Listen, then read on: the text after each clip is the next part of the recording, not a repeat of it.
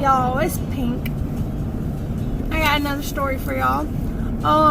This one took place last year, I think. Yeah, this is last year because we were in our new house. We had actually just moved into our new house.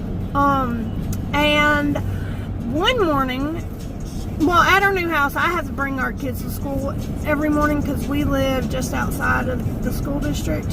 So I take them to school, and in the mornings I listen to the Rick and Bubba show. I love Rick and Bubba show, and I like to just, take my time coming back home. So I just, take all the back roads and chill. This one particular morning, I was riding around, listening to the radio, and I turned down this dirt road that, I can go down all the time, but I was going really slow, and really slow. I was creeping, and I was looking down at my radio, and on one side of me is this big field, and on the other side is woods, and I'm looking down at the radio, and I see something out the corner of my eye, like running or moving across the field. I look up just in time to see this deer run across the road in front of me, about 30 feet in front of me. It runs across the road, across the road, and into the woods. And I always, when deer run across or whatever, I always pull up and see, slow down, see where they went. Well, I did that, and I didn't see it. I sat there looking for a minute. I'm like, where the heck did it go? And after a couple seconds, I noticed something on the ground, moving. I'm like, I see it in this deer. It's that deer, but it's on its back, and it's kicking, it's trying to turn over and get up, but it couldn't. It was just kept kicking, and its neck was kind of in a odd position. That's when I realized it had broken its neck. I thought that there was a stump right beside it. I thought that it had tripped on that stump and broke its neck. Well, I was kind of freaking out. I'm like, I don't want it to sit there and suffer, and I need to find a way to kill this deer, and all I have is a little bitty switchblade knife. I'm like, this ain't gonna kill that deer.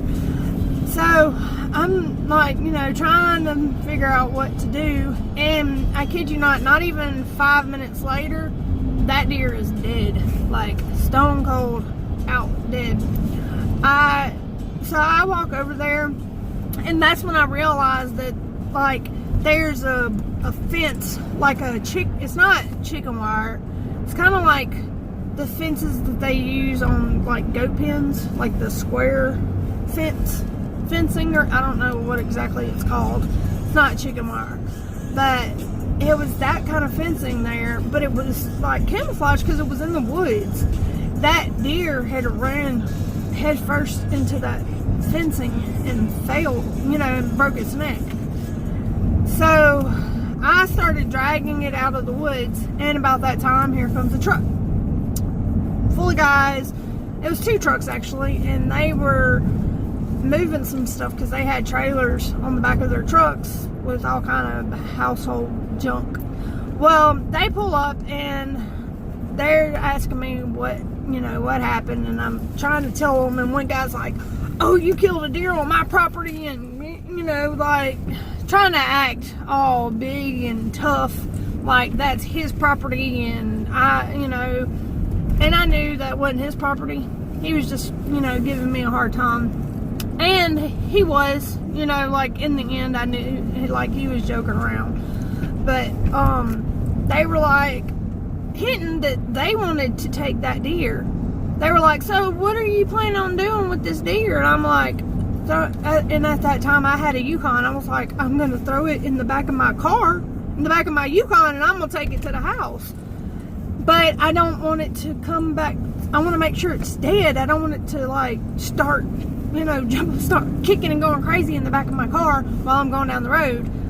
And so those guys were like, I was like, can you check to see if it's still alive or whatever? And one of them just went over there and like hit it as hard as he could, like right on the chest area. He's like, nah, it's dead. So they got it, threw it in the back of my car for me, and I drove home, and we had deer meat. It was amazing. I made jerky. First time I ever made jerky in the oven, but it was really good. I sent a picture of it to my preacher, and come to find out, in the state of Tennessee, if you kill a deer on the side of the road, or if you kill a deer like going down the road, you have to report it to the authorities, to like the game warden or the sheriff's department. I don't know who he reported it to, but my preacher, we call him he's the redneck preacher. Anyways, he's real big into hunting and all that, but he actually called him for me, and he was like, everything's good, but he informed me that for in the future, if you hit something going down the road, you have to report it, and that you can get in a lot of trouble if you don't, which is freaking crazy. I've hit several deer with my vehicle, but this is the first time I made deer commit suicide. Yeah, that deer killed itself when it saw me coming. I don't really know how to feel about that to this day. Anyways, that's that story about that deer.